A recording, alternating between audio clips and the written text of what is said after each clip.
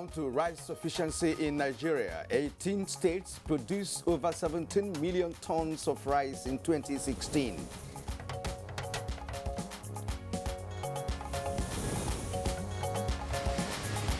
In Bayelsa State, 22 suspected criminals, including kidnappers and cultists, paraded by the Bayelsa State Command.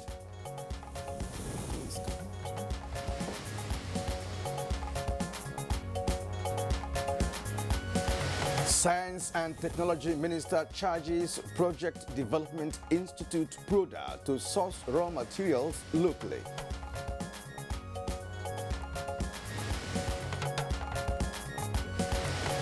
And on Good Morning Nigeria today, our focus is on irregular as well as illegal migration.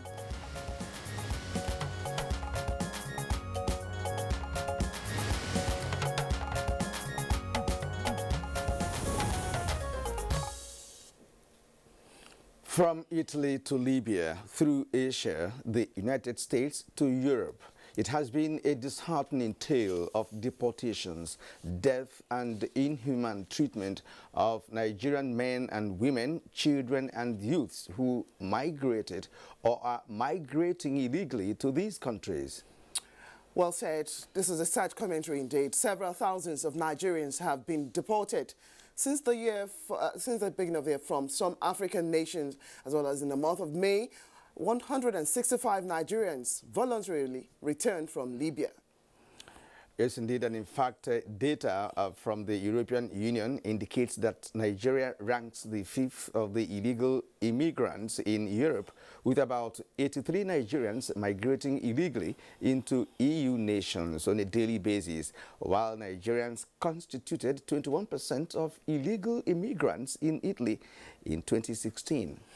Now, for United Nations as well as other international organizations, data from them reveal that sometimes for months on end, young African men and women risk everything, including their lives, to take on that perilous trip across dozens of borders, from the desert as well as the treacherous waves of the Mediterranean Sea in search of the better life in the north.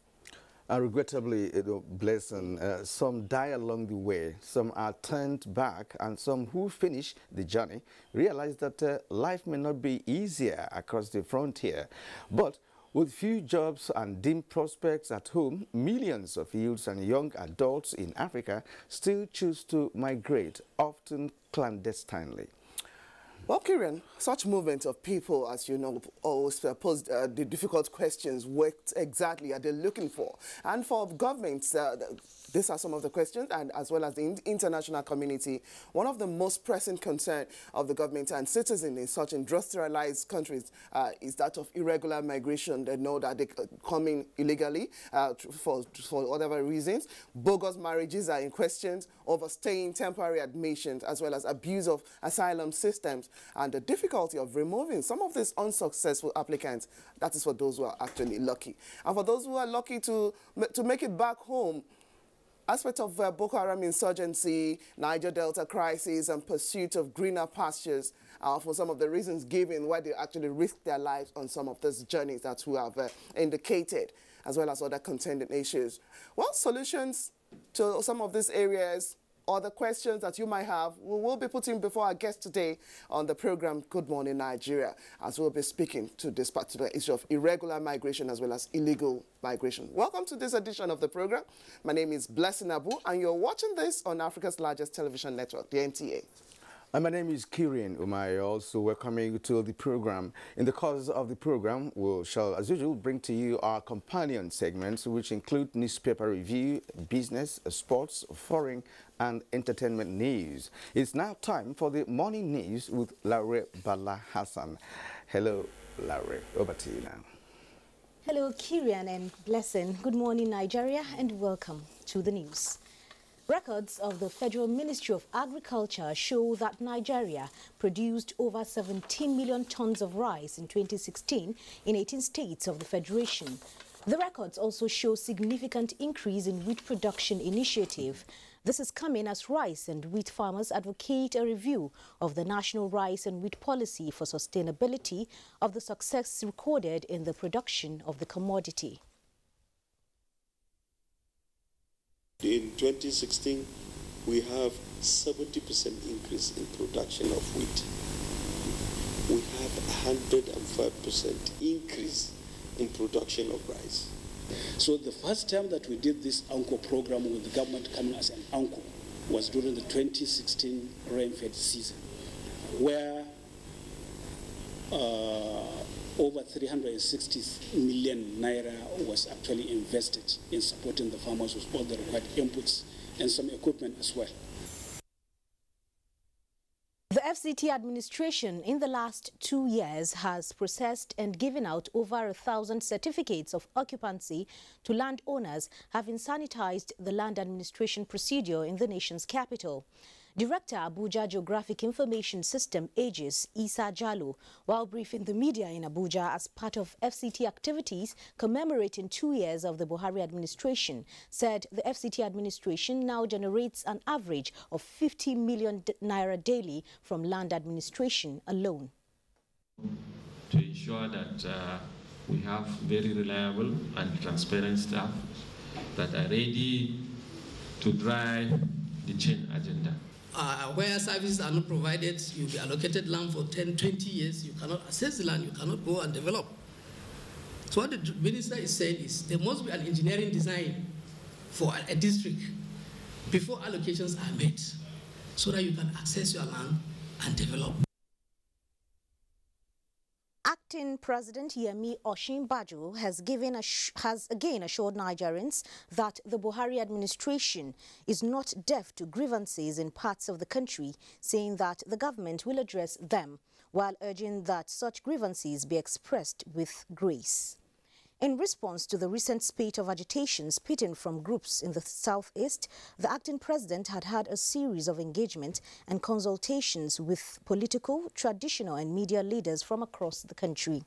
A statement by the senior special assistant to the acting president, Laolu Akonde, says the meetings were convened to provide a platform for frank and open discussions between the concerned stakeholders on issues relating to the unity, peace and security of the country. The meetings condemned all the hateful and divisive rhetoric and affirmed the supremacy of the Constitution of the Federal Republic of Nigeria, which guarantees freedom of residence and of movement for all Nigerians anywhere in the country without fear of discrimination or prejudice.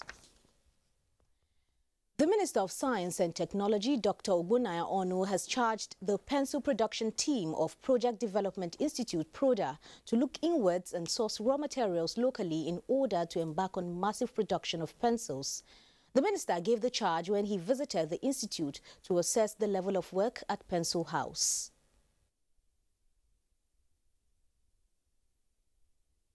I chose pencil because of its simplicity and also its usefulness. Want to, employment for our young people. If we had funds, we would have been to install some machines that are still in their packages that are supposed to be in this beneficiating hall. 22 suspected criminals have been paraded by the Bayelsa police for various offences, including kidnapping and cultism. Commissioner of Police Amba Asuko Amba paraded the suspects in Yenogua. Within the past 1 month, we have apprehended 21 armed robbers. That is to tell you that we are going to unleash all our efforts and weapons towards making the business a very unlucrative business. Enugu State Governor has keyed into the housing policy of the Buhari administration to provide affordable and decent housing. The state government has embarked on the construction of over 700 housing units through private partnership agreements.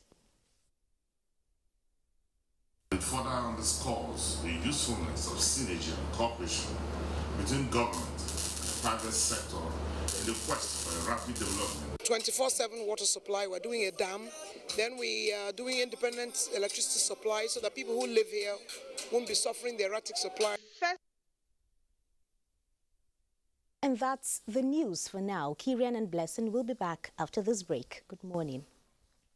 If you hear a bomb explosion or gunshots of an active shooter, that might be a terror attack. At such times, always remember 3 action words: run, hide, report. Don't try to run towards the terror scene to save the situation, because there might be a second bomb blast or another attack.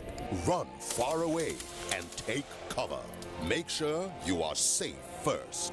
Yes, it is in our nature to sympathize over the hurt, but remember, only trained personnel can help in such situations. When in a secured environment, promptly call relevant authorities and help will come. For anonymous reporting, call 09630-3250-5 or 0813-2222-106. If you see something, say something. Nigeria unite against terrorism. This message is brought to you by the Federal Ministry of Information and Culture.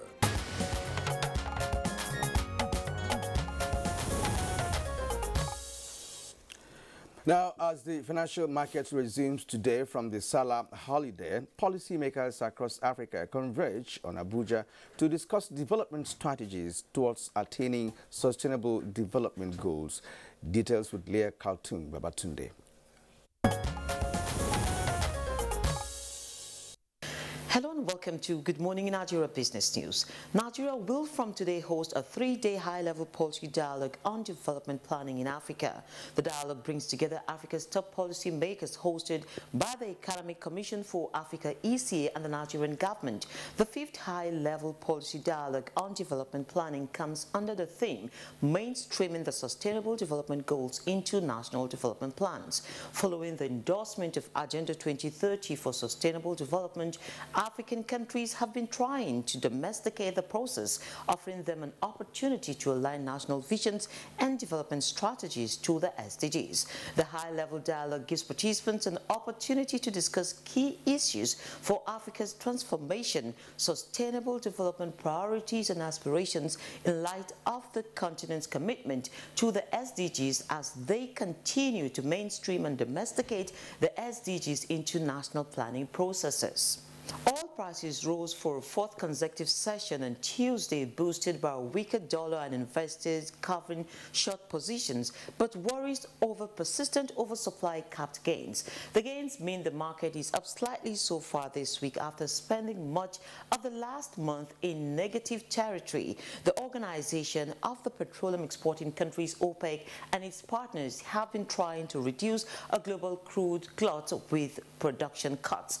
OPEC nations and 11 other exporters agreed in May to extend cuts of 1.8 million barrels per day until March 2018. Despite the cuts, which started in January, markets remain well supplied due to rising output elsewhere. OPEC members Nigeria and Libya are exempt from the cuts and have raised production. OPEC member Iran was also allowed a small increase to recover market share lost under Western sanctions over its nuclear program. Nigeria's projected August export are at their highest since March 2016 at around 2 million barrels per day. Now, finally, Ministry of Agriculture Adobe says the future of agriculture in Nigeria lies in the hands of the youth, but they must first be encouraged to show interest in agriculture.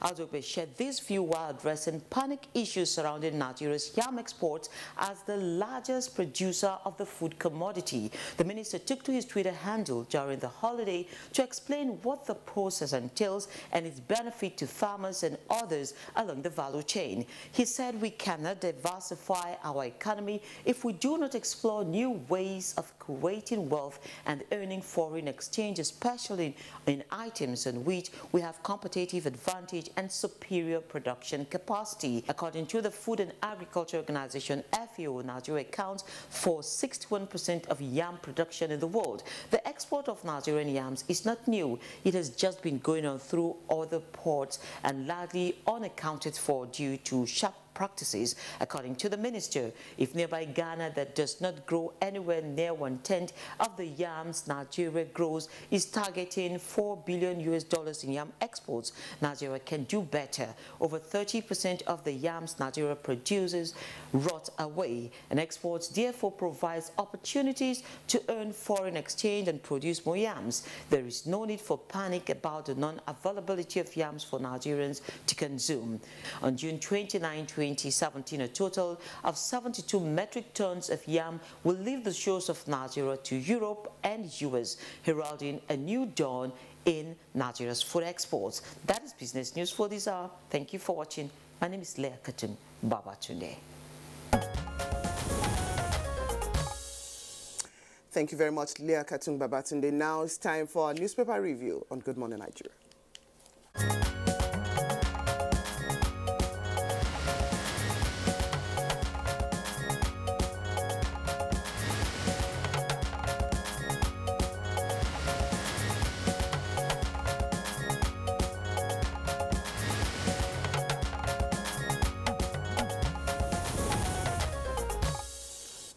And our newspaper reviewer, Bayo Altoyabi, is here in the studio. As always, Bayo, it's my pleasure to welcome you once again to Good Morning Nigeria. Thank you. On a working day. Good morning. Good morning, Kirian. You worked yesterday, Kirian, didn't you? Good morning, Nigeria. Good morning. Okay, let's start off the review this morning. The Daily Trust is the first paper I'll look at. Let's start off with just below the nameplate. Bill seeks full amnesty for Treasury looters. That's how it's captured on the front page. Page 3 will let you into that particular story. Leading for the Daily Trust this morning, agitations, Sultan calls for dialogue to douse tension. My deals with regional leaders by Oshibanjo, that's the acting president. All the details continues on page 5, but starts right there. On the front page still, you have this photograph, Emir of Kazare, Alhaji Najib Hussaini Adamu during a durbar in Kazare, Jigawa State yesterday.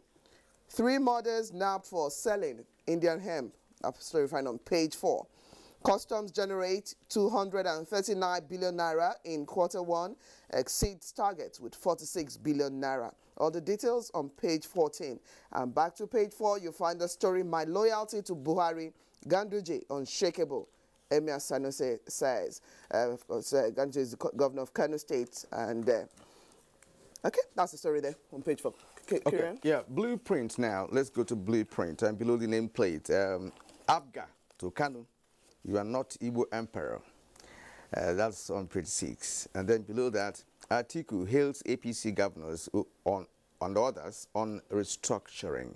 That's on page 15. And then Nigeria's population will exceed US before 2020, says United Nations. Details on page 32 of Blueprint. And Buhari right to speak to Nigerians in Hausa language. Page 6 has that story. And between that, we have 85% of IDPs return home in Yoruba, says official. That's on page 17. And Spain deports 23 Nigerians on page 14. Now, the main headline on Blueprint, ethnic agitation, symptoms of rot in our system, says Sultan Saad Abubakar III. With a rider, federal government will address them. Shebajo says, that's the acting president. And then we are working towards failure, says Utomi. Okay, that's on page 6 of Blueprint. Then we have the photograph there of several mayors, in the picture there. Of course, yesterday was the last day of the solar celebration, so that's a sign of that. And then on the foot of a Blueprint, we have it's shameful for a governor to steal public funds. Bindo. Page 20 has that story on Blueprint. Maybe Bayo should come in here. Yes, let's start with the remark by the Sultan. He has identified that the challenges we are having are factors of rot from the past. And specifically, he also addressed the issue by saying that dialogue is the only remedy to resolve the misunderstandings and the problem. It was during a situation where the governor of Rivers State, Governor Nyesom Wike, paid him a salah homage in Sokoto. Governor Nyesom Wike also asserted that we in the people of Rivers State and the Rivers government believe in oneness and unity of Nigeria. And he added, for those who have one problem or another, there are many ways to sit and resolve the problems. And he stressed that he described the Sultan as a father to all and a peace builder. The other time he was with us in Rivers, and today I came to pay homage to him and the governor.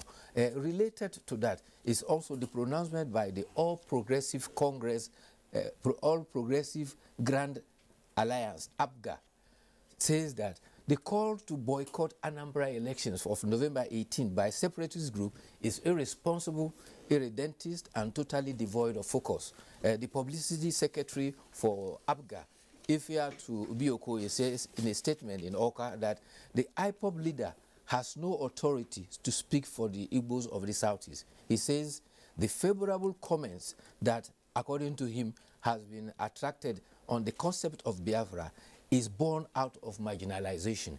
He stressed that other youths across the country are also very restive about one agitation or the other. He says the agitation in the Southeast has not instituted a separatist movement nor a terrorist gang.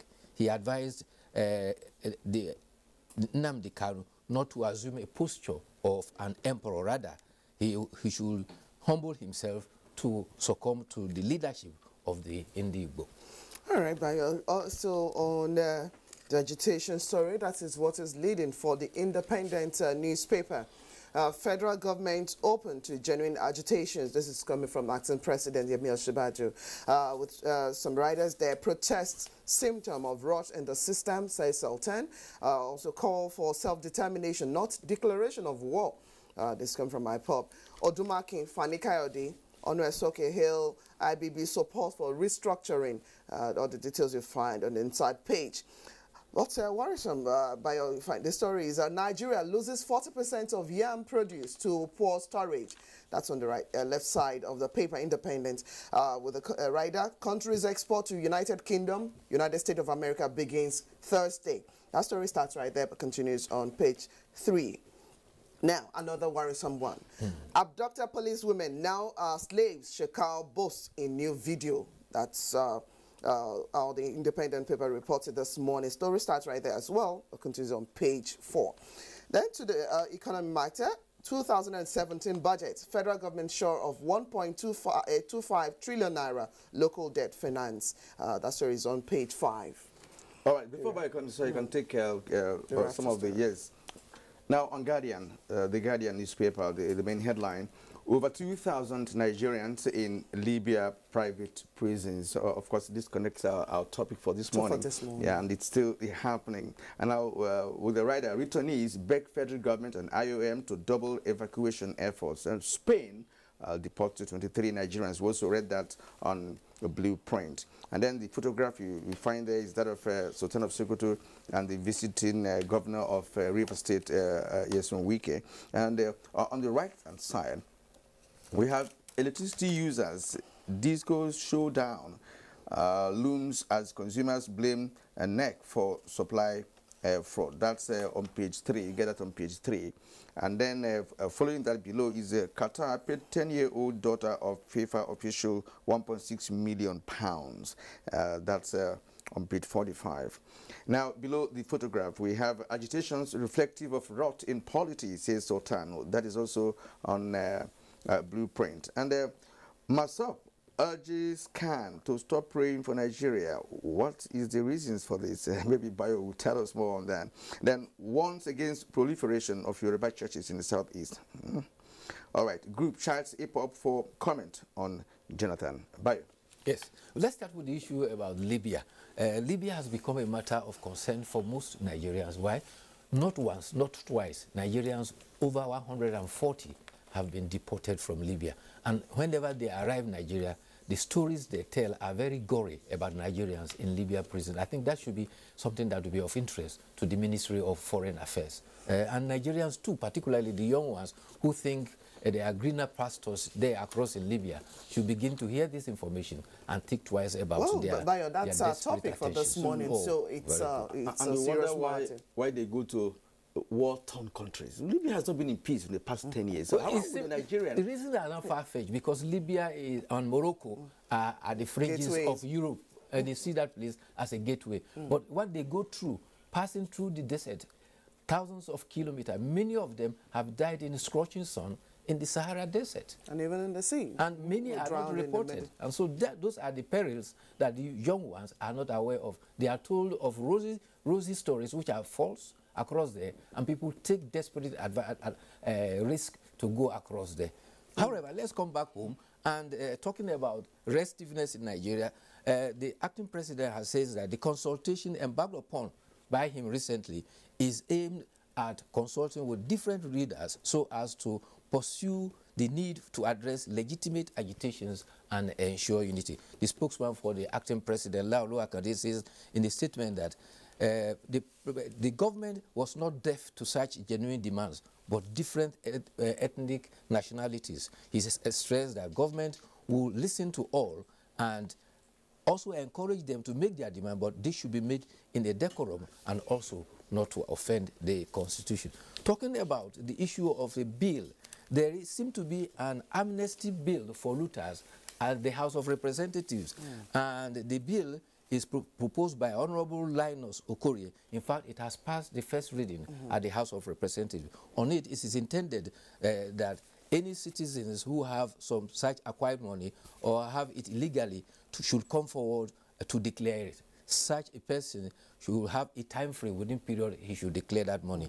Also, he will be required to pay a tax of about 50% and also a surcharge of 25%, totaling about 75%, so that he will be now begin some grace or amnesty. Already some civil society groups have challenged that. They says it is giving corruption a safe landing and also undermining the war against corruption. The bill has passed first reading and it is supposed to come for second reading before it will be debated on the floor of the House of Representatives. Okay, now let's go to Punch. We haven't taken Punch. Let's. I hope we still have time to take Punch. Yes.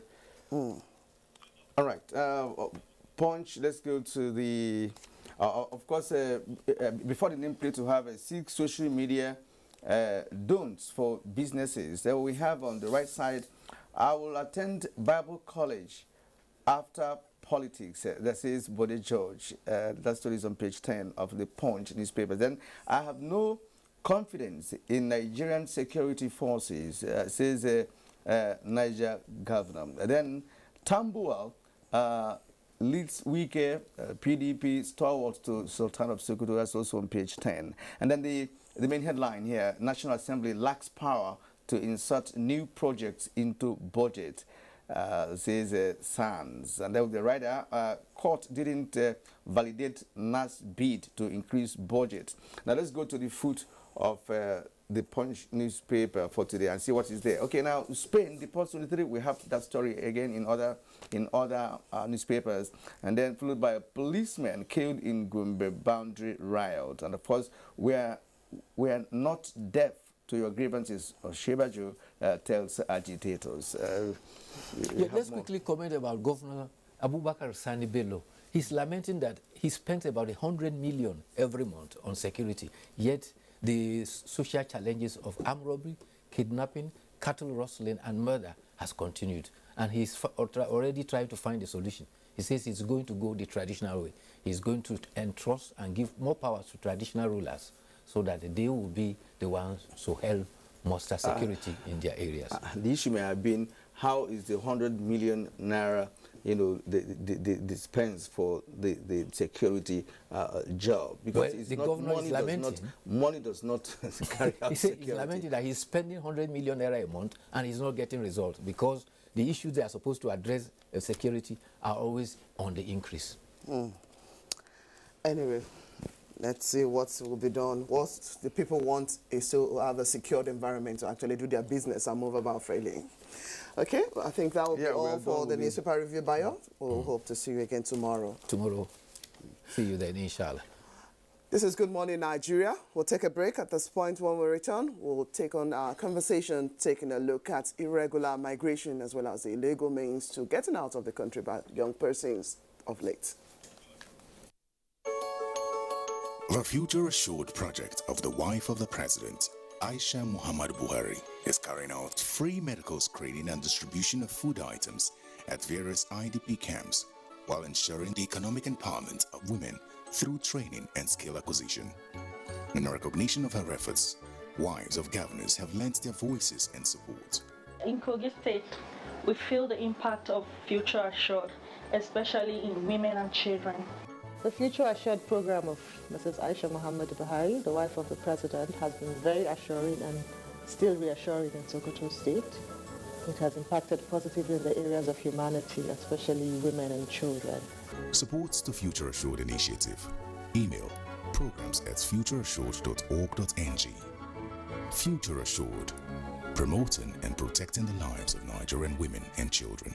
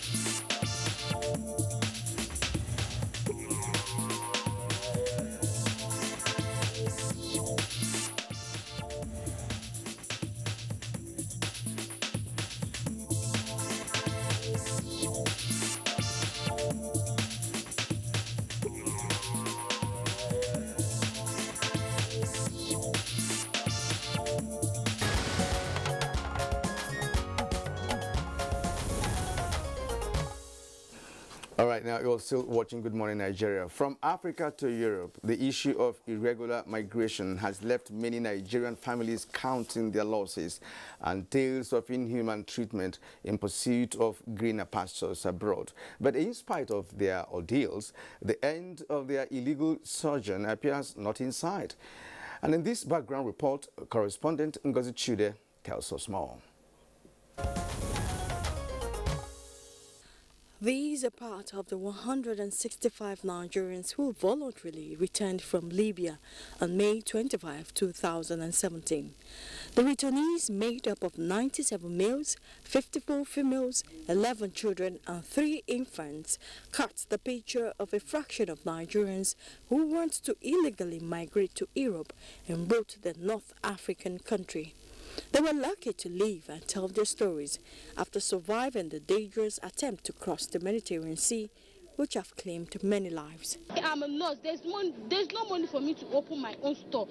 That's why I traveled. We are just going there to suffer. There's no enjoyment there. Many of their compatriots on the journey were not so lucky and have paid the supreme price. For some time, there has been allegations that Libya has been executing black illegal immigrants. While that is not ascertained, the fact that many Nigerians and people of African descent drown every week in the Mediterranean Sea while trying to illegally migrate from Libya into Europe is certain. Records have it that migrants from Nigeria constitute 21% of the total 171,299 immigrants that took the daring route of the Mediterranean Sea to arrive in Italy in 2016. In addition, data from the European Union indicate that an average of 83 Nigerians crossed illegally from Nigeria to Europe daily via the Mediterranean in the first 9 months of 2016. While most of these illegal immigrants claimed they were running away from Boko Haram insurgency, others claim the Niger Delta crisis as the cause of the migration. The flow of Nigerian immigrants to Italy and other European countries via the Mediterranean backdoor reportedly began in 2008. Though it declined for 5 years, it began to soar again in 2013. These movements could be legal or undocumented. They encompass all social categories, including refugees, internally displaced persons, nomads migrating in search of pasture lands, young men and women setting off from the countryside in search of job opportunities in the city, employment seekers, and increasingly qualified persons, including women and children under the age of 18. From observation, it is believed that the main motivating factor is the search for the golden fleece for a better life. Experts have also identified that poor socioeconomic conditions such as low wages, high levels of unemployment, rural underdevelopment, poverty and lack of opportunity fuel migration. Other factors, they say, include poor governance, nepotism and corruption, human rights violations, political instability, environmental factors, conflict and civil strife, greater security, and better education. Invariably, surviving in these host communities doesn't come cheap or easy, as the case may be. And so many Nigerians are falling victim of xenophobic attacks, human trafficking, internet fraud, and of course crimes and prostitution. At the 32nd annual meeting of the Sahel and West Africa, organized by the Food Crisis Protection Network, President Muhammadu Buhari frowned at the high rate of illegal migration of Nigerian youths to European countries through the Mediterranean Sea. The president called for an immediate stop to the action by Nigerians, saying it was unfair to European countries. But be it as it may, some analysts are quick to add that the checking out of these youths, like Andrew in the 1980s commercial, is a cause for worry and should be stemmed. But the question is, what should be done? Who should do it and how? These are more what guests will be addressing today on Good Morning Nigeria shortly.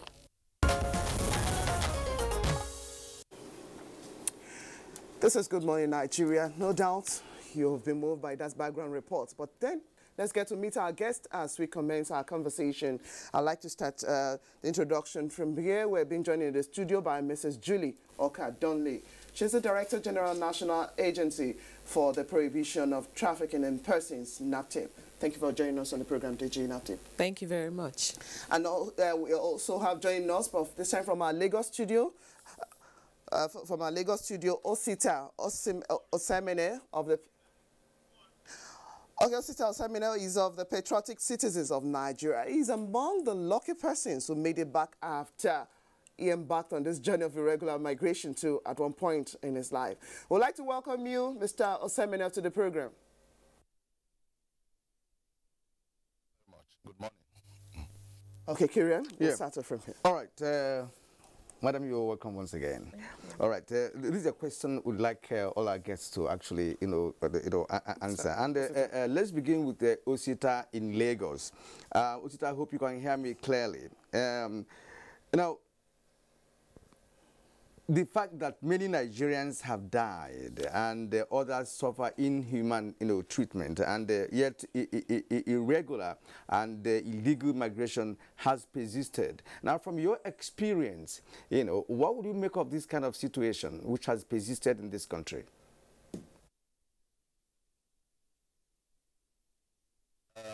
From my experience and from my work so far, I found out that the smugglers and the human traffickers are more active in their drive, ensuring the recruitment of these young ones by painting a lot of palatable stories about what happens in Europe.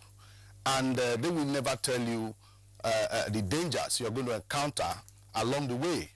It is always in their own picture. They always paint it to be greener, because they have capitalized on the fact that a lot of Nigerians are desperate, a lot of Nigerians are unemployed, a lot of Nigerians are greedy, looking for this means of getting rich quick. So when they notice that this group, being so much in number of youths, that they are desperate, they want to travel, they cook up these stories and make them understand that, look, with 50,000 naira, with 60,000 naira, with 100,000 naira, I will take you to Europe in less than 5 days. And you have a lot of them on ground. You have a lot of them on the street wanting to go to Europe at all cost. So the smugglers are more active than those that are preventing this menace. So that is why it has increased so much. And being the fact that there's a claim that the hardship is so much now in Nigeria, and the youths are capitalizing on that fact to now see themselves as being vulnerable to these means of irregular migration. All right, Mr. Osemene, still with you. We know you've shared the stories many times. You've even written, you wrote a book, Chasing the Mirage. Can you share, for the benefit of Nigerians watching you for the first time, what exactly took you on that journey and what you went through? I read that book because of my experience, which was very terrible and horrible. I graduated 1998 from the University of Benin. Actually looked for a job and didn't get a job. I tried to travel to secure a visa and a passport, and unfortunately I got a fake visa, from these visa racketeers, unknowingly to me that the visa would not take me anywhere. It was a UK visa. When I got to the airport, it was turned down. you know, and the next available opportunity that came, alternative that came was, why are you wasting time? You get to Spain in 5 days' time. You have if you have up to 150,000, 200, you are in Spain, and there's a job waiting for me and everything. And being that I was in a state of, I was in a bad state then. I'd lost, my business has crumbled. You know, I've lost hope. You know, all I needed was, that was the best opportunity for me at that point in time. I said, well, if I can be in Europe in 5 days' time, why am I wasting time here? I found myself in the Sahara Desert. And be sincere to you that I saw Nigerians, Nigerian youth, Nigerian girls and boys and our youths running out of this country as if there was war. And let me tell you, I heard when you were in your analysis, when you were saying that the reason for some of this thing is because of Niger Delta crisis and the Boko Haram war. Well, it's an excuse. But most people who are on that route are not from that region. You understand? The region, most people who are on that road are those ones that wants to run out to get money. They believe that they have told them the story that the dollars and euro are on the streets of Italy and the streets of Spain. You know, and that is the mindset. The moment, at the end of the day, you see that people die. A lot of people were dying in the desert. A lot of people were dying in the camps. A lot of people were dying in detention. And till I got to Tripoli, where I even saw the worst, where people were being returned dead from the sea. So I decided to return back. I was telling myself on a trip, I said, why should I embark on this journey? I'm supposed to be a king in my country. Why? What brought me into this situation? And let me tell you the truth, I never knew I was going to go through the desert, because the story was, you're going to go through African countries, and it was going to be a kind of tourist journey. You know, you spend your time in a hotel. And for the fact that I was in the mood of leaving the foreshore of this country, I didn't look at the other side of the story. You know, I went and saw myself in desert with hundreds of Nigerians dead. We're over 200 where we're living Kano, and before I could get to some states in Libya, we have reduced the number. Some dropped dead on the road, and some couldn't make it to the end of the whole story. So it formed, I said, well, if this, as far as I'm alive, if God can take me back to Nigeria, that I will not allow this to continue, because we have lost a lot of people, we have lost a lot of resources, people died in my presence, and I almost died. When I came back, I was like a victim of, I was like an AIDS patient. You know, and it took me a lot to recover. It took me 1 year to get back to myself and plan that. I said, I'm going to document this, and I'm going to let the world know that this journey is a perilous journey. It's a journey that nobody will advise his or her enemy to embark on, no matter what. And I found out that we are not doing enough, that people don't really know the dangers about these things, and we are not really talking about it. They are more active. When I say they are more active, every returnee, most of the returnees that come back, most of the victims that come back end up becoming traffickers. And they are more in number because they feel that it's a lucrative business. You know, so that prompted my writing the book and my going into this campaign and ensuring that I use everything in my life to ensure that this journey must stop. Thank you, Osemene. We'll return to you in the course of this conversation. But now we've been joined by one of our guests from our Enugu Network Center, and that's talking about the Ijoma Nnaji. Yes, Ijoma Nnaji is actually She's the Southeast Zonal Coordinator. Network of Civil Society Against Child Traffickers, Abuse and Labor. Ijoma, it's a pleasure having you on our show this morning. Good morning. Thank you indeed. We'll get back to you very shortly. But for now, let's stay with the NAPTIP DG. Now, we've had a story, you know, from Osemene. In spite of the deaths and the inhumane treatment, you know, in the cost of living this country, the migration persists. So what, in your opinion, is the cause of this? Well, like Mosita said, there are so many factors responsible for this. It's a combination of various factors. We have issues of poverty. We also have issues of lack of education. On the other hand, we have greed, and there's peer pressure from, you know, your friends. Even it will interest you to know that parents are also part of this problem. Some parents even pressure their children to embark on this journey, you understand, because for quick money and all of that, you know. So it's a combination of various factors. I'm glad Osita was able to make it back, because so many people don't come back, you know, from this journey. They just have this false belief that it's greener on the other side. And, you know, they trick them. Some of them are actually abducted, you know, to embark on this journey, and they are deceived. There are so many factors, you know, involved in this. And, you know, it's even gone beyond sexual exploitation or cheap labor now. It's now graduated to organ harvesting. You know, I mean, he was lucky to have come back home, because now most people don't even come back alive. They just, you know, take off their organs and trade with the organs. So it's easier for them now, you know, to just sell off organs for as much as $400,000 US. That's how bad it is now, you know.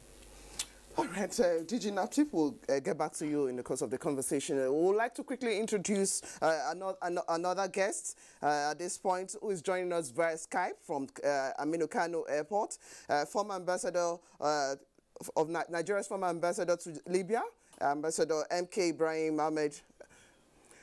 Ambassador Ahmed, good morning to you.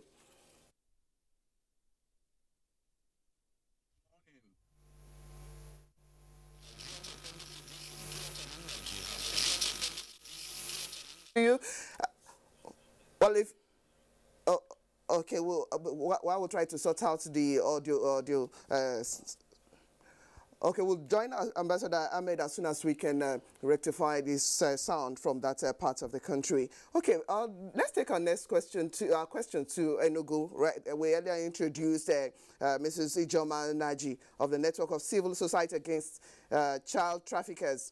Well, so much have been said. We'll add the account of Osita Semene, as well as some other stories coming in from Libya, Spain, as well as other ones who had to pass through the desert. What exactly is still fueling these stories of people trying to cross the deserts, pass through the seas to actually get to Europe? Why is this still persistent despite all efforts?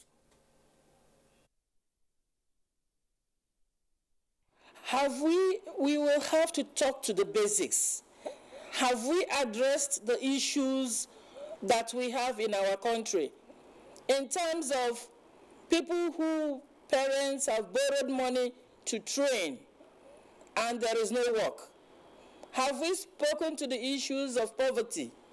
Have we spoken to the issues of hunger? Have we spoken to the issues of greed and peer pressure, like the NAPTIP boss said? Have we spoken to the issues of ignorance, timidity? When we talk about trafficking, it emanates from our communities. It emanates from our home.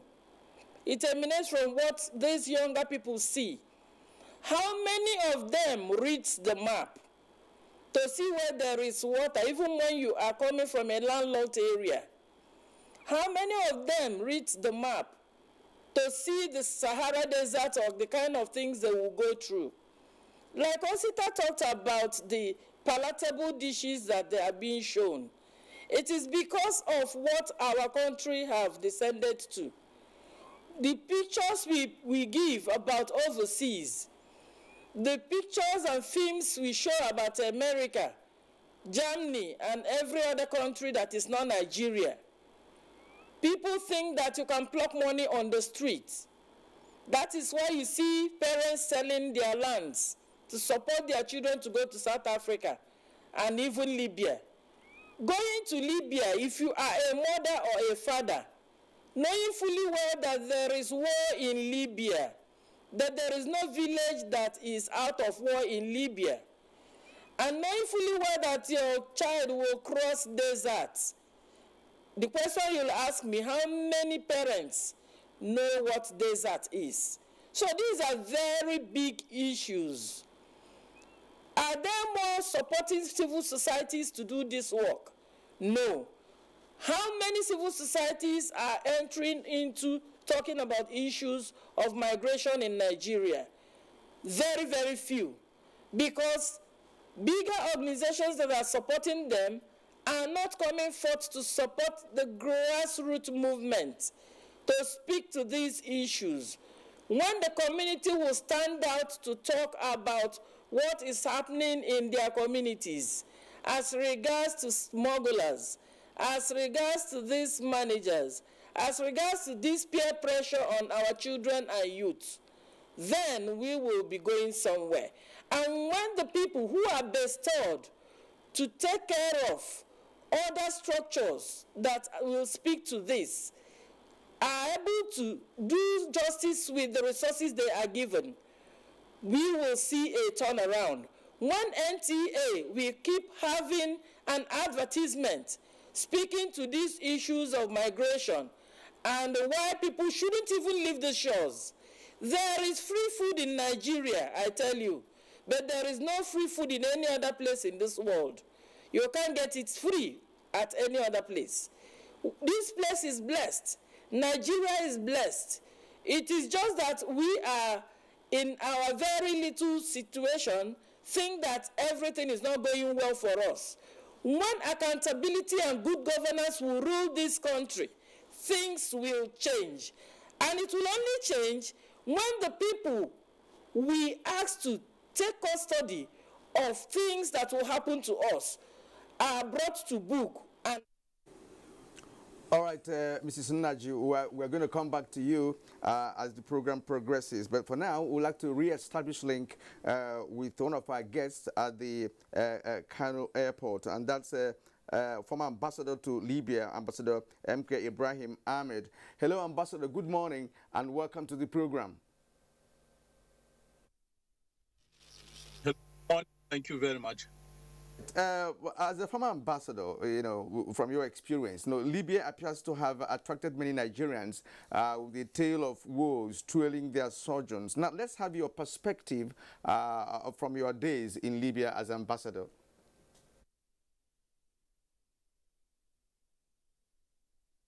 Very much.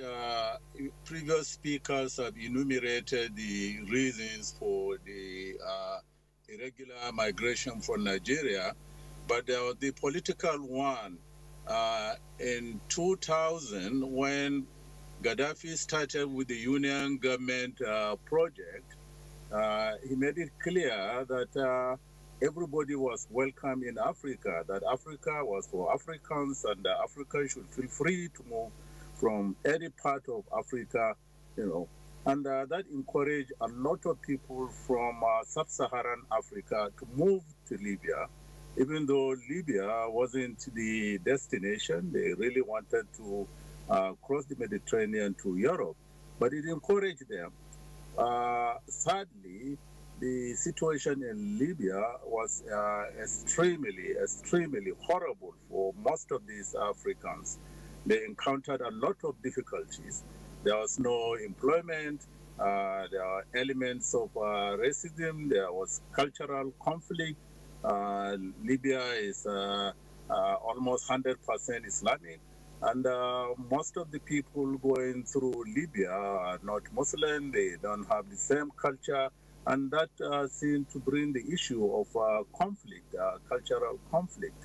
And with lack of employment in Libya, unfortunately, a lot of the migrants started committing crimes, from prostitution, you know, to robbery, burglary, and all kinds of things.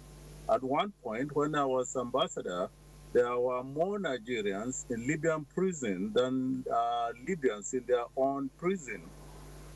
I have witnessed the execution of over 20 Nigerians, sadly. And we worked very hard to get some of these Nigerians repatriated back home.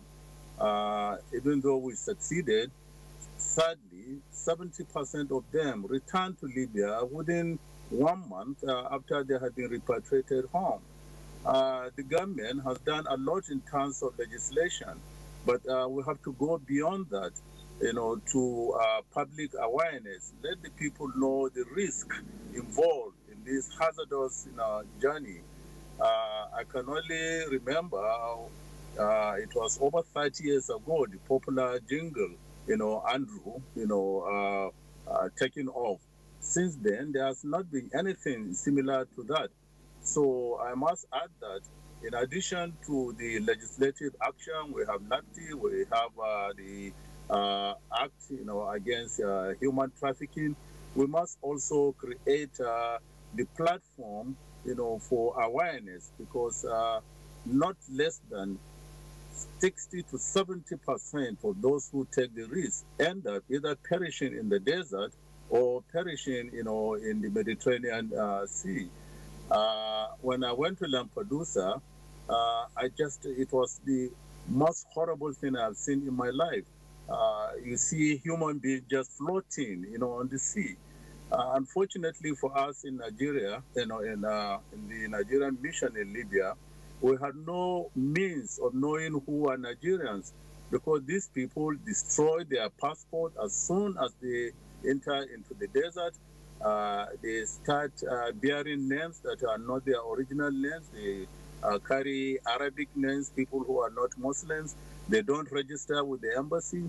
At one point, we believe we have over 15,000 Nigerians in Libya, but less than 100 registered with the embassy. So we only managed to hear about them when they had difficulties or when they were in prison. That was extremely sad. All right, thank you very much indeed. Now, Ambassador, you have been in Libya for a while and you understand the culture and the government of the people. Now, many Nigerians there are actually calling for evacuation. They want to leave that country. What would be your advice to the current administration with respect to, creating an environment that will enable most of those Nigerians to return to Nigeria? Because, of course, some are tired, they want to leave.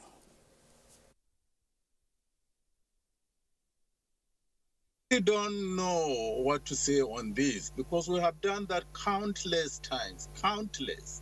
We have repatriated Nigerians many times. The same people that complain of difficulties, now you repatriate them. Within a month, they want to go back. In fact, they call this repatriation as free ticket to come home. And the government has done a lot. They are determined, and there's nothing that you can do. They are not really poor people as such, because the cost of some of them pay as much as $2,000, $3,000 to get a place in these rickety boats, carrying them from Libya to Lampedusa in Italy. The average Nigerian, even if you are a worker, you don't earn that kind of money. They borrow money, their families raise money for them, to go for this terrible, journey. So the answer is not straightforward. That's why I'm emphasizing that we have done a lot in terms of legislation, but we have to create the awareness. You in the media, probably, you can, try and monitor this journey. Go through the Sahara, take pictures. I have seen dead bodies, in the Sahara Desert. We couldn't do much, as an embassy. Libya is twice the area size of Nigeria. There are just, probably 5 or 7 staff, in Tripoli. What can they do? But the public awareness is equally important. We are not doing much on that. The emphasis is on legislation, which we have done, but there must be public awareness. Let me go further and probably also suggest we should have something similar to the joint task force, bringing together all the immigration officers, from Nigeria, from Niger, and probably Chad, if we could extend it, to Libya and Algeria, that would be fine. But it is easy, very easy. The corruption aspect of it is a serious factor. Once you have a passport, well, under the free movement of ECOWAS, nobody can stop you from going to Niger. But once you go to Agadas, that is the point where you leave Niger and start the hazardous journey in the desert. Nobody is stopping you. But if we create this, probably a joint task force, comprising the immigration officials of all these countries, maybe it will do something. Most of these irregular traffickers and those who are the irregular migrants are between the ages of 25 and 35. Can we consider probably scrutinizing them more before issuing them with the passport. I know that has its own political implications, but something has to be done. We can't allow our citizens to be dying like that. You know, it's disgraceful, you know, to a country like Nigeria. We're not the poorest country in West Africa, you know, but our citizens, you know, are those, you know, Nigeria, Ghana in particular, who constitute the majority of those who are involved, you know, in this irregular migration. Something has to be done. Okay, thank you very much, Ambassador. We'll get back to you in the course of the discussion. Still, back to us in the Abuja studio. DG Naptip. Yeah. Earlier on, Mr. Semene talked about even some of the persons who had returned, at least those who were lucky to come back, or those who are actually brought back through whatever means that they have been returned. And they find a way back to such illicit movements because nothing seems to have been done to actually checkmate that. What exactly is a body like NAPTIP, as well as other collaborations that you have, doing to actually break this, this jinx of I must go, or whatever it is that is connecting them back to Europe? Well, the only thing that we can do as NAPTIP is to create awareness. How much is this awareness going? Yeah. We partner with all the state governors. We also partner with the local governments as well as the civil society organizations. We also partner with the faith-based organizations, the leaders of churches and all of that. I mean, if those leaders can speak to their people, because first of all, before being Nigerians, all of these people we're talking about come from various communities. So the idea is that if their leaders can speak to them and tell them of the dangers and consequences of this migration problem or trafficking, as the case may be, because that's where we are concerned. We're not really concerned about the migration bit of it.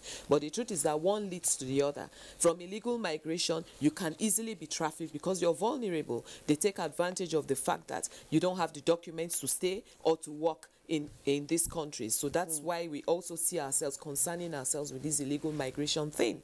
So, I mean, if they keep, you know, raising this awareness to them, and it's strange because most of these guys are computer savvy. They go on the internet and they see these stories, they hear these stories, but what do they say? Oh, it's not my portion. So whose portion is it? You know, so the least we can do is to continue to create awareness. We are not giving up because on the 27th of July, we are going to launch a massive awareness campaign, and we are going to really go into every corner. It's not just a state thing. Now we're going to the grassroots and everywhere.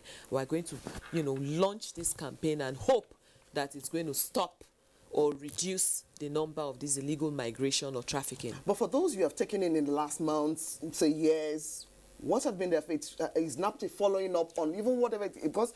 Like, even from the position from Mrs. Naji in Enugu said, some of those people actually, you even recounted that, their parents get involved. They get to hear, okay, there's a lucrative job or there are lucrative jobs somewhere across Europe. But did they take time to find out? Are you in connection with some of those other organizations out there across the Mediterranean Sea? What exactly is happening with some of these traffickers? How are you following up on their needs? Now we have collaboration with most of these countries. We work with their police as well. Okay. And, you know, but what we do is, if they're able to arrest the traffickers on the other side, they help us, you know, to maybe repatriate them so we can try them. And then we are trying to talk to them, help us to also prosecute them and find out who these traffickers are, not just the victims, because we found out a situation whereby most of the time we see ourselves dealing with the victims. They repatriate the victims of trafficking to us.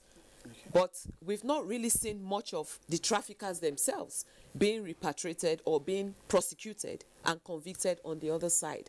So we are telling our international partners that we want to see more of that happen. We want to hear and see a situation where you actually prosecute these traffickers there or send them back to us to prosecute. So we are working on that, and we're hoping to get more of that as time goes on.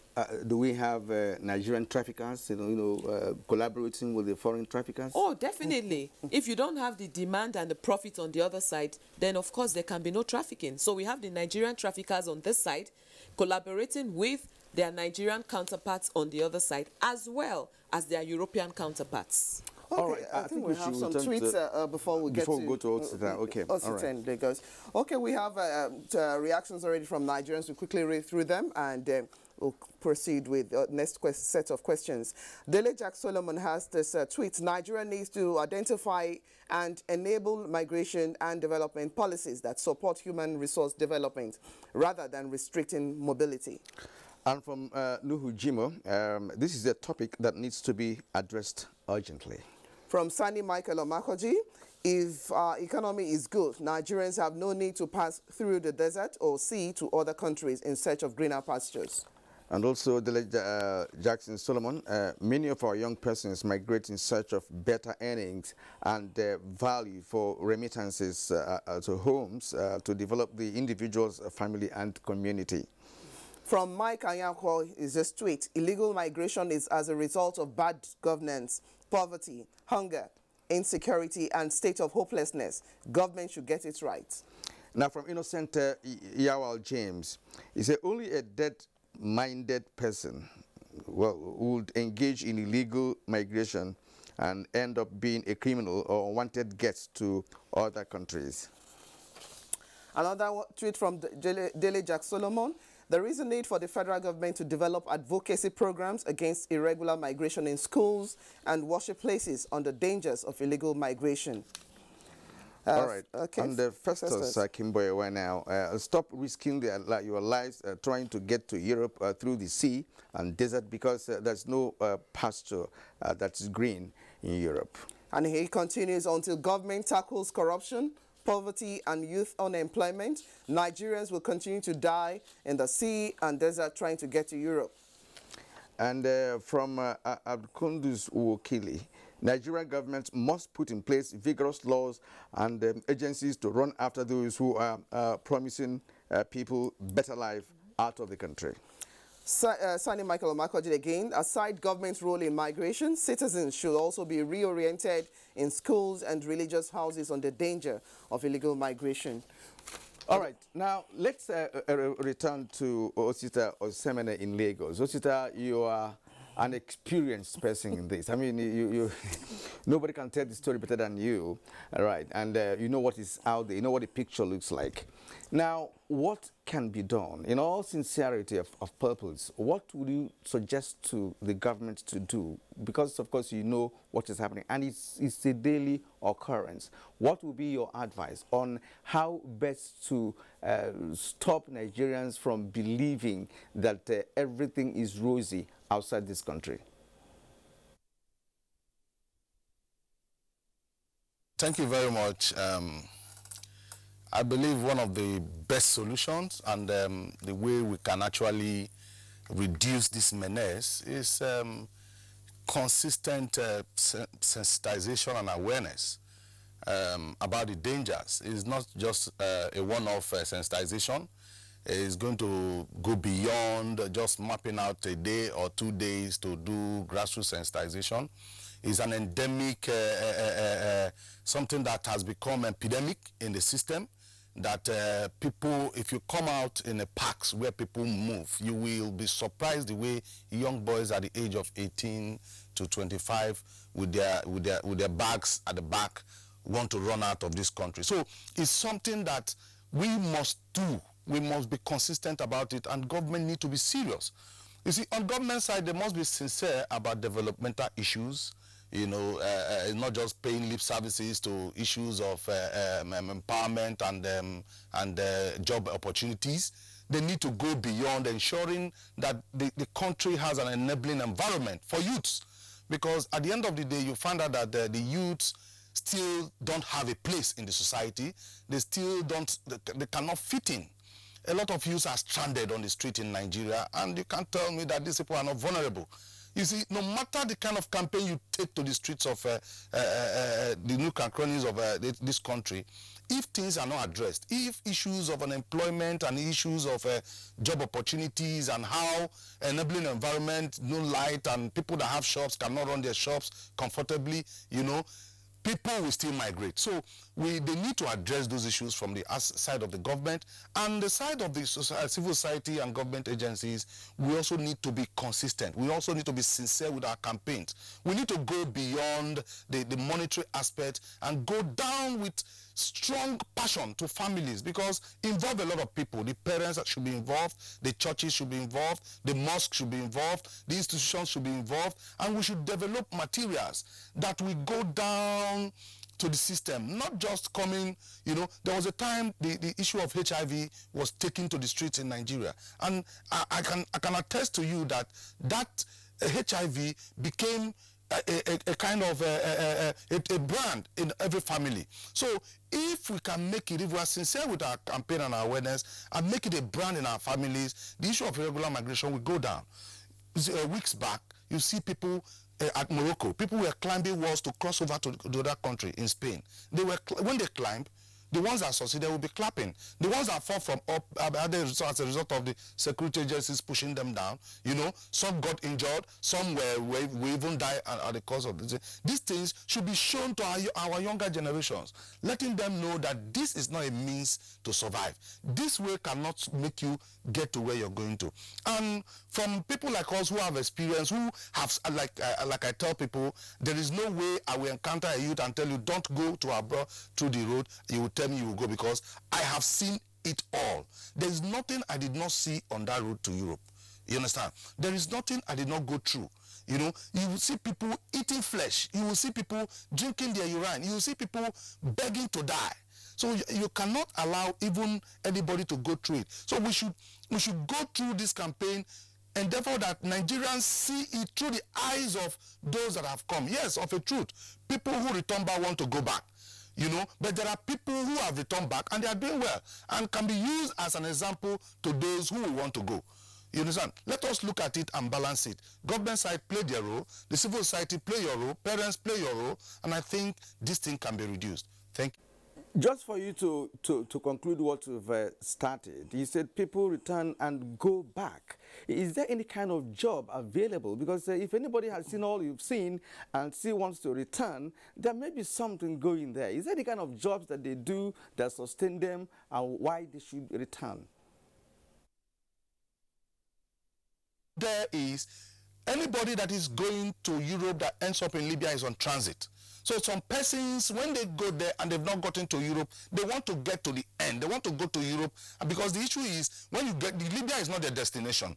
So if you succeed in desert and succeed in Mediterranean Sea, where you're going to is Libya. Their own disposition is, when I get to Europe, at the end of the day, I will make it. So for those that return from Libya, maybe as a result of the suffering, or maybe they get stranded and they return back, they still want to try, because their target is Europe. So that's why I said people who return still want to go back to Europe because they've not gotten to their destination. You understand? Someone like me, I returned back because I knew that for you to make it well in this life, it is not going through that process. You don't go through hell. You don't go through hellfire before you make your money. So, or you die before you make your money. So it is not a process. It's not a good process to making your money, because the dangers associated with it is so enormous. So I tell people, when you come back, rather than going back, making sure that, yes, I must still get to Europe, you stay back after all, since I returned back and I'm into this advocacy issues now and awareness, I've traveled out of the country several times. So it is not a must that you must get through Europe via desert or via Mediterranean Sea before you can make it. That is my own position. All right, thank you very much, Mr. Osemene. We'll still come back to you for other areas of interest. Now, former ambassador to Libya is still with us, joining us via Skype, Ambassador Ibrahim.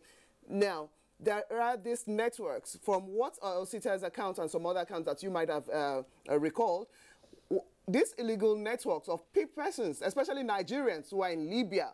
What can be done to actually break such illegal networks that are there, actually bringing in some of those people from the country or other parts of the continent that they're coming from?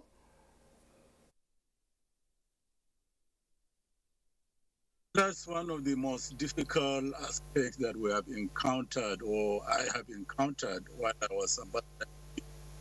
The job of the embassy is to protect, Nigerians in the countries where the countries of your accreditation.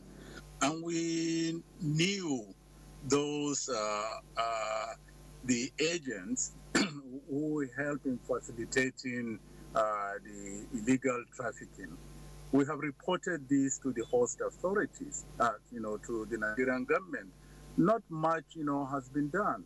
And it wasn't our job, as an embassy to start reporting Nigerians, to the host, government. That was really a big dilemma for us. But it's a big mafia network, a very big mafia network. The traffickers, in Nigeria have their agents in Libya. They have their agents even as far as in Rome. They make a lot of money. And we must go after these the agents, who facilitate the trafficking. If we don't do that, then the success will be very, very little. But above all, we must create hope. Once we are in a state, our youth are in a state of hopelessness. Once people are in this situation, they can take every kind of risk because there is very little difference between life and death, to them. So it is important that we must create hope in the minds, of the youth. Government has started doing that through all kinds of projects, but we must go beyond that. There's, before I go, there is one very important thing that I have to mention. Every time you bring back these illegal migrants, when you repatriate them, from our own statistics, not less than half of them, have HIV or other infectious diseases. And we made a recommendation that when they come, you have to quarantine them, check them medically, debrief them before you set them loose, in the society. But it has never happened.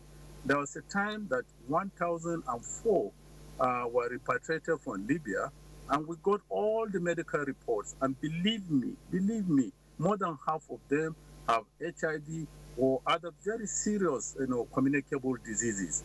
But we recommended that they should be quarantined at Murtala Mohammed Airport, and treat them or know their status before you allow them to go. But as soon as they arrive, at midnight, I know their relations came and just collected them. And these people just went, with all these things. So the government has to get in touch, with the embassies, so that we synchronize the programs, bringing back, repatriating, Nigerians, illegal migrants, not just to bring them back like that. So there's a lot, to be done. It's not something that you do in ad hoc basis. In other places, there should be a think tank for that. Let them look at every facet of this illegal migration. There is a lot that should be done. The media should be involved, and as others have said, all stakeholders, should be involved. But above all, as I said, we must create hope in the minds, of the youth. All right. Thank you very much indeed, Ambassador M.K. Ibrahim, for your thoughts and the insight this morning's edition of Good Morning Nigeria. We appreciate your time. We know you want to catch your flight, having joined us from Kano International Airport. Thank you once again for being part of our show this morning. Thank you very much.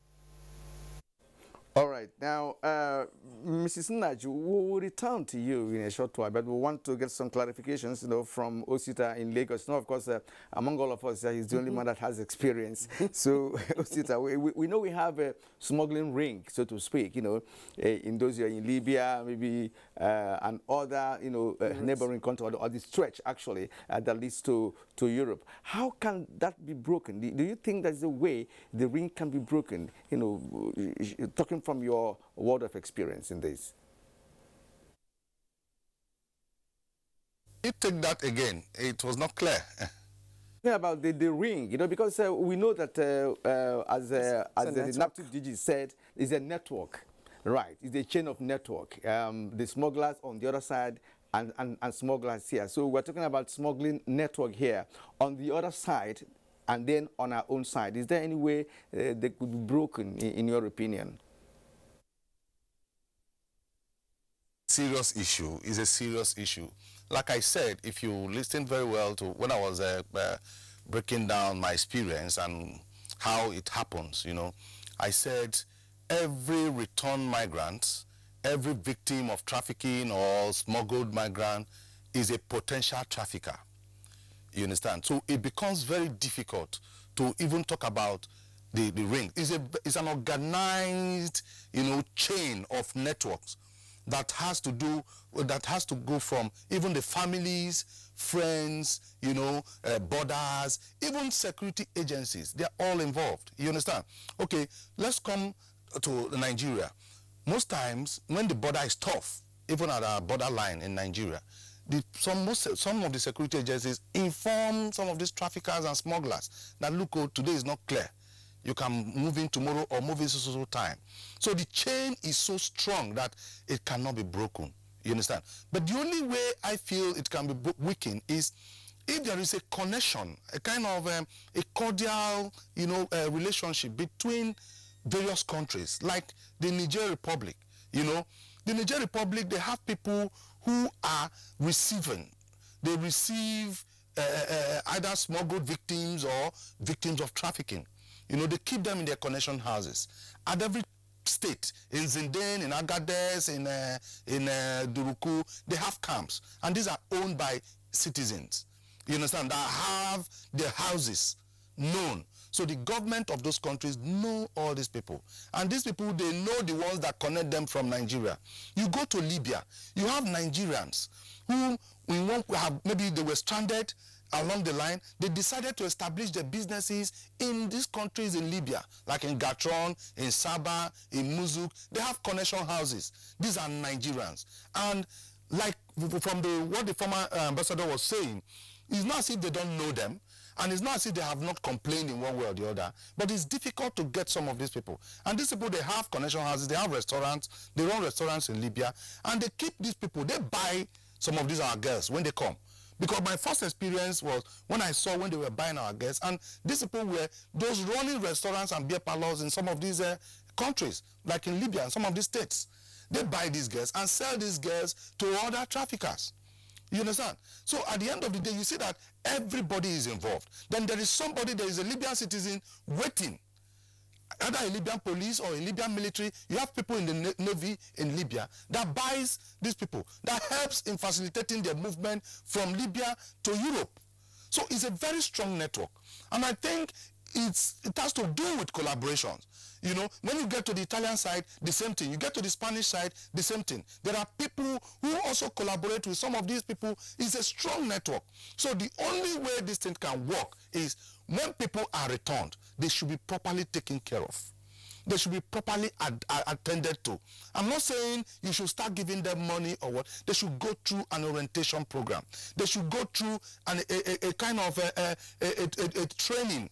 It might not be vocational, but a kind of training, an orientation program, because most of these returnees end up becoming smugglers, and they have linked to these smugglers. And at the end of the day, if we are doing a proper and a very massive awareness and sensitization about how this thing works, the powers of these smugglers and traffickers will reduce, because it's a strong network, and the only way it can reduce is to weaken their operation.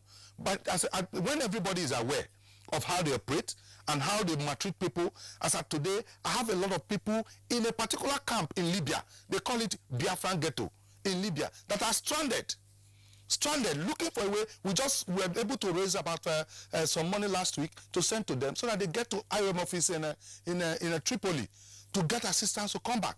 You know, these are people, this ghetto is being run by Nigerians, being run by blacks, and they torture fellow Nigerians because they have been groomed on the street, and they are now traffickers. Some of them are smugglers. You know, at the end of you also see them in Tripoli, the same group of people. So the only way we can do it is to increase our awareness and also enhance the way we take care of these returnees. When they come back, don't leave them to the street. just like that.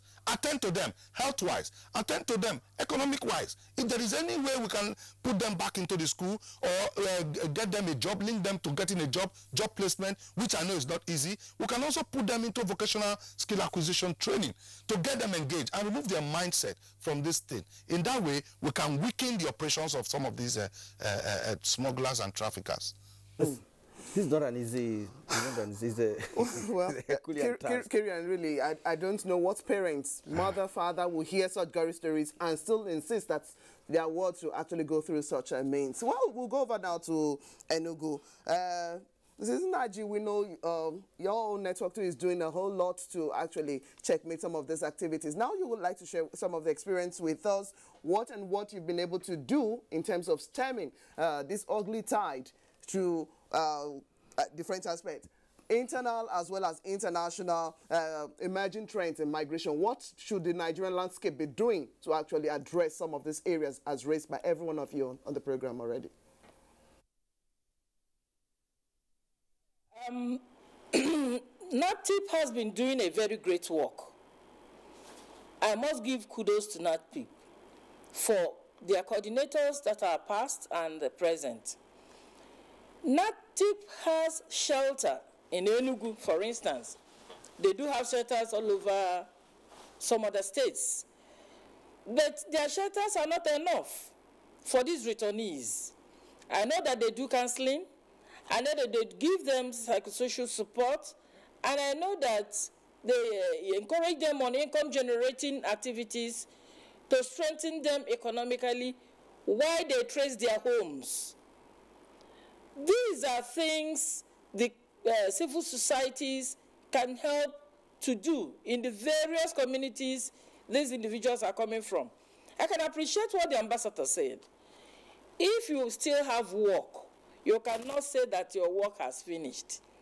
Repatriating Nigerians who want to come back will be a duty that Nigeria must do and will continue to do. We will not say that people who come back go back, and that is why we will stop bringing them back. There are so many of them who want to come back. If you even go to Pakistan, there are so many Nigerians in prisons, and they want to come back. Even in Europe, so many people want to come back. Can't we have a kind of program that will determine that the federal government will ask Nigerians who are slaves in South Africa and several other countries that want to come back, and then, as they are coming back, identify their states, support shelters that are in those states, support psychologists, so that they will have to speak to the issues of their psychosocial support. Make them have skills that can be useful for themselves, their families, and of course, the community in general. Most of them you see going back. Go back because their parents must have sold so many things, their land, their house, and whatever for them to go. So they are ashamed of coming back home without anything. Most of them you see that go back goes for a kind of retaliation. Somebody did this to me, I must have to do it to somebody else. So what we are saying is that we have to go back to the community, go back to the family level, and enhance the already existing capacity in the communities to speak to this continuously. It is not just a one-off awareness campaign. I could remember about 8 years ago, when Wani Jomo Koronkwo was the zonal coordinator of NATIP in Southeast. This lady goes with some of our organizations through the nooks and crannies in the communities to speak to the issue of trafficking and even support community social capitals to speak to these issues, for them to identify when somebody is coming to take people away, you know, giving them good pictures of what he or she is going to do for them, and to identify that that person doesn't mean well. And I know that if you go to Tonkon in Benue State as I speak, though one of the native bosses came from there, that the community is so sensitized that they know what to do. When they see you coming to tell them that you have a very big fashion house where their child will work, in fact, working is not not a problem. That in fact, you come spreading money and spreading wrappers to women. You know us now. When you give us wrapper, we will be so happy, you know, having a new wrapper, and we don't even want to think about what will happen to the child we are giving to you. So the government has to empower NAPTIP. NAPTIP has gotten so many resources in terms of trainings of their staff. Empower more people, employ more people for NAPTIP. Support them with all the necessary resources. Support the NAPTIP coordinator to go through some of these zones and then appreciate what exists in the zones. There was a time Southeast is known for baby sales, and we have baby making factories. It is from the needs and from what was emerging in the Southeast that made this then Southeast Zonal Coordinator of NAPTIP take it up to the level of the national. And they had her. And things are going well now because people are looking out for those houses where you will see these social mothers. And state government has even taken it upon themselves to empower hospitals and maternities that are registered and known to the government. All right, Ijoma, well spoken. Thank you indeed. And I'm sure the NAPTIP DG is agreeing with her because she's already soliciting for support for NAPTIP, you know, to go further. This is Good Morning Nigeria on the NTA Network Service, and we are looking at irregular migration, a recurring dilemma. When we return, the program will continue. Stay with us.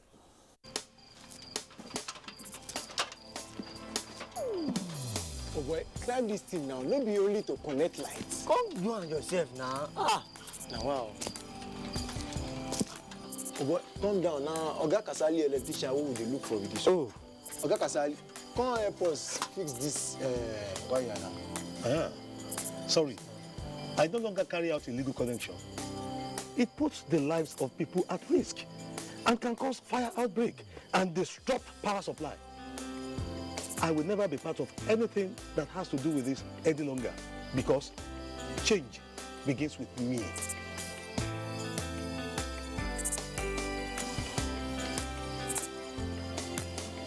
Oh boy, letting him talk makes sense. Oh boy, we could carry this ladder from over. This message is brought to you by the National Orientation Agency in conjunction with the Federal Ministry of Information and Culture.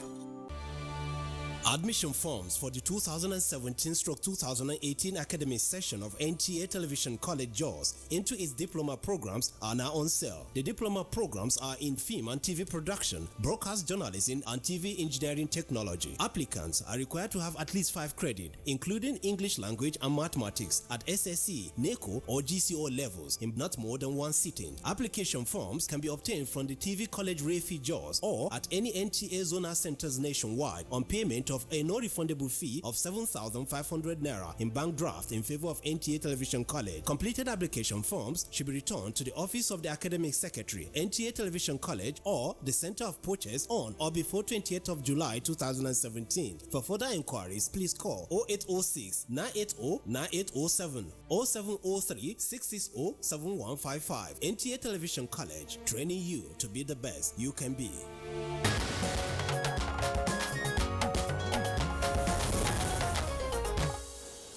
You're still watching Good Morning Nigeria, and our focus is on irregular migration, a recurring dilemma for what we've talked about. I'm sure most of us want to see we should put a stop to this, really.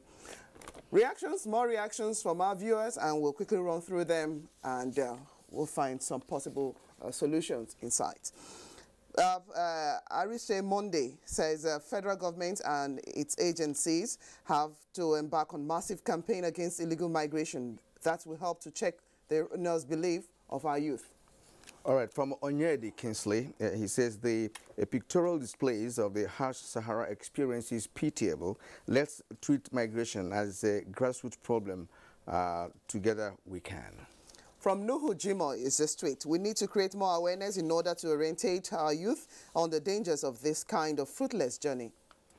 Okay, Suleiman Sanusi, what do you expect with the youth? Loss of faith with the government at all levels, to an extent that of leveling our own country as a hell. What do you expect? So from Kingsley Madu, nice discourse on migration. Its negative effect on the rural economy is dangerous. Let's get to the basics and also treat it. Now, Abdul Kundus Wakili, those using Boko Haram and Niger Delta crisis as a means of going for greener pasture are the worst enemies to themselves. This is greed. Certainly. From Sani Michael Omakoji, media, as part of their corporate responsibility, should also be involved in educating the masses on the dangers of illegal migration. Exactly, that is what we're doing now, Sani. Okay, now from Jerry Uhio, it will be possible to reduce cases of trafficking if our leaders place priority on human capacity development. From Suleiman Sanusi again, we have another tweet. While all the guest speakers in the studio put the blame on the majority masses and they turn a blind eye with government exploitations. Why? Okay, Ode Samuel, Nigerian government is to blame because they do little or nothing to provide conducive environment for the citizens. Oh, Jimo, I agree with the ambassador. We need to create more awareness because my youth are not aware of the dangers of this kind of journey. Well, Law Alpha says NAPTIP isn't doing enough in the area of orientation and creation of awareness and getting the returnees meaningfully engaged. Arise Monday says the federal government should, as a matter of urgency, collaborate with African Union to secure the release of Nigerians who are currently in prisons in Libya. DG NAPTIP, I hope you can come in here. Somebody says you're not doing enough. Would you react to that? Oh, yes. We are doing more than enough. We are doing a lot of campaign. Like I mentioned earlier, it's not a one-off thing. It's a continuous thing. You know, we have 9 zonal commands across 9 various states and then the FCT. Every Thursday, for example, we go out to the streets, we go to schools, we go to churches, everywhere you can think of to campaign, to create awareness. And this goes on simultaneously in the 9 zonal commands. Now, we intend to take this to the 36 states of Nigeria and all the local governments as well. You know, we talk to the leaders, the church leaders, we talk to the mosque leaders, we talk to the youth leaders, youth corp. It's massive, you know, it's not a one-off thing. We are actually doing a lot. Well, of course, we can do more and we plan to do more. But this is not just a job for NAPTIP. This is a job that involves each and every one of us. You know, the media is involved, every one of us, including the writers of the tweets. It's something that is not a one-man show. You know, it's not just a federal government problem. It's a problem that involves each and every one of us. And how do we, you know, most of the time, how do we react? We work based on information. Of course, we are proactive enough to go out to do some surveillance and get information on our own. But what will also help us is getting information from as many people as possible. A lot of people see and know what is going on, but they don't talk.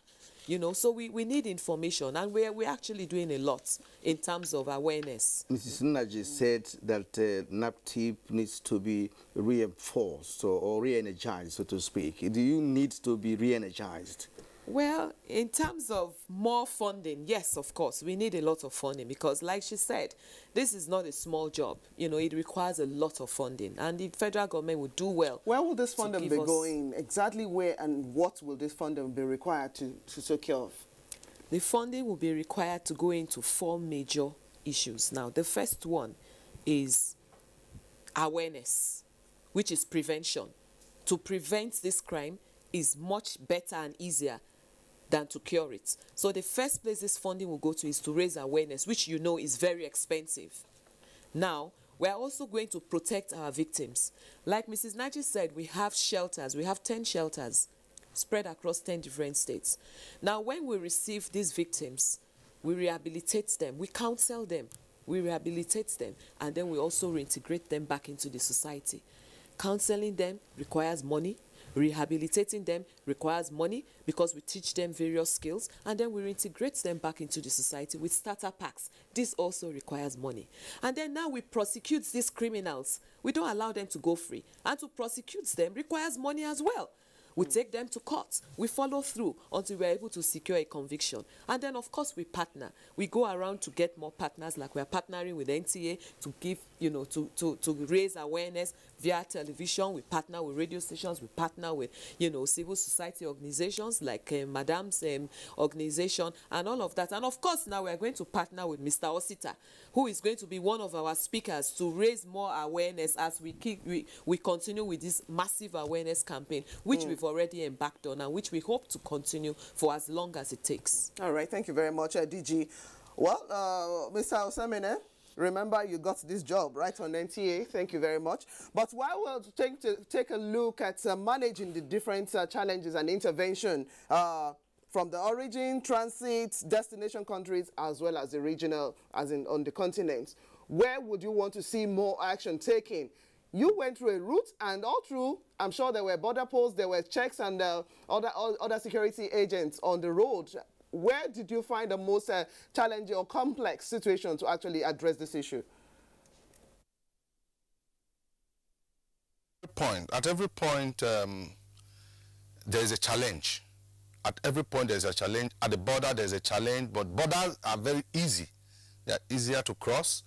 But after, let me say, the Nigerian border, after the Nigerian border, you go into the cities or the states, maybe in Niger or in another country where you are going to on transit.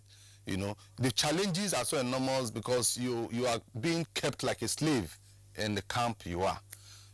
So I think we can start addressing it first from the border, because what I said is easy, that everybody is involved in the border. If the areas can be checked, fine. In Nigerian borders, you can present your passport and you cross, but a lot of migrants or a lot of victims are being crossed without their papers, without their documents. And even those that have stamped their documents also find it difficult, because at the end of the day, when you stamp, when you get into the other country, you are made to sell off that document. They will take off that document from you. They will destroy it, because they will tell you definitely that Nigerian document will implicate you on the way. So there's no point identifying yourself as a Nigerian, because some of these Arab countries, they have seen you, and once you are in Nigeria, you are in trouble. So the best thing is you have to identify yourself to be from a different country, maybe like Mauritania or Senegalese, or So the challenges are so enormous. I really feel that we can start addressing it from the borderline. If our immigration, we need to do a lot of work with our Nigerian Immigration Service. We need to do a lot of work. Yes, they have done some,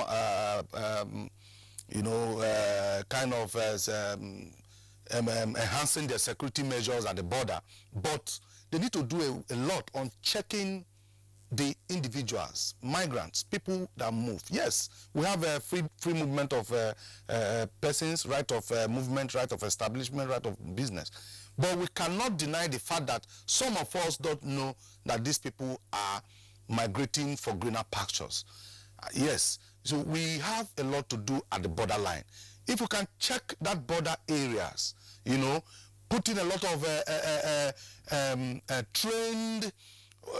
trained personnel, immigration officers that can place the right questions. You can't turn them back, but they can place maybe counseling sections. Then put in a kind of sensitization, continuous sensitization in regular. There was a time we did it. It was funded by ECOWAS Commission, Spanish Fund. We did it at the border, semi-border. We kept on campaigning. Irregular migration is dangerous. Do not cross. Do not go to desert. Do not go to this. There are some things. Then put some pictorial this in at the borders. Let us check these things like this first and ensure that some of these things, because people believe in what they see and people believe in what they hear. So some of these things can be put in place at the border. Educate some of those officers properly, Because some officers don't even know what crossing the Mediterranean Sea is. They will tell you, what is it? How can somebody say it's crossing by via the Mediterranean Sea? So you need to educate them, equip them with some information, so that at the point of stamping, they will examine and educate some of these migrants. All right, there is a question that does come in now that we need to ask before we round off this edition of the program. Now, what can NAPTIP do to break the international network of traffickers? This is for the DG NAPTIP. What can NAPTIP actually do to break the international network of traffickers? Now, recently, a Nigerian was arrested in Italy. How much of a breakthrough was that? And again, what are the specifics of Nigeria's collaboration with Libya and Italy? Well, in terms of what NAPTIP can do to break the international network of traffickers, NAPTIP works with the international partners. So we have something like, if I can call it, a joint task force. We partner with the international, for example, in Italy, we partner with the Italian government. We also partner with, I don't know about the Libyan government, but the Italian government will partner with them and some other governments like that. We have a joint task force made up of law enforcement agents. We work closely with the Nigerian Immigration Service and the Nigerian Police. So it's a joint task force. We work both here and with the other countries there, with the law enforcement agencies. Yeah. Okay, all right, thank you very much. I will go over to Enugu now. I would like to take your closing remarks. Yes, so much has been done, so much still need to be done. Where do you end your post now? Briefly. Community preparedness. Everything lies with the community. If you have a demand and there is no supply, will we be talking about having a network of smugglers or traffickers? If we are able to do our work well, you will see that parents will have the knowledge. And then the children or the youths that want to go out will say, no, let me tarry here. If I'm dying, let me die in my father's land. And when they don't have such goods that they will smuggle, I think that their trade will go down. And for the people that has come back and want to go back or want to start trafficking other people, we really have to, have this structure that will speak to these people when they come back. It is not just bringing them in, yes, we have brought them to Nigeria and they will just go. No. If we have a camp where they stay, where we have experts in various fields, health, education, counseling, psychosocial support, rehabilitation, we now train them, take them through all this. Before they will go through all this for a year, somebody will have a rethink. We will not have so many people now wanting to do that. But for those of them who don't even want to go back again, what do? We'll make sure emotionally and psychologically that they are stable to uptake whatever that comes their way. But for a sustained awareness campaign, we really need to speak to the communities, train people in the community level that will continue, even when we are no longer there to speak to them. Thank you very much. We'd like to appreciate you, Mrs. Ijoma Naji, for joining us on the program this morning. She's the Southeast Zonal Coordinator of the Network of Civil Society Against Child Traffickers, Abuse and Labor. Thank you very much for your insight on the program this morning. We'd also like to thank Mr. Osita Osemene of the Patriotic Citizens of Nigeria. You joined us from our Lagos studio, and we wish you well in your drive to actually dissuade those other minds that are still there as you work towards stopping this menace of irregular migration and illegal migration as we look at the situation from time to time. Thank you very much. I also want to appreciate the Director General of NAPTIP, Mrs. Julie Oka-Donley. It was a great time with you on the program this morning. Thank you very much. We wish you and your agency well. Now, talking sports, Portugal and Chile will be meeting in their first ever competitive fixture today at the 2017 FIFA Confederations Cup. And actions in the Nigerian Professional Football League resume today with match day 26 fixtures. Now, let's turn to our sports correspondent to tell us more.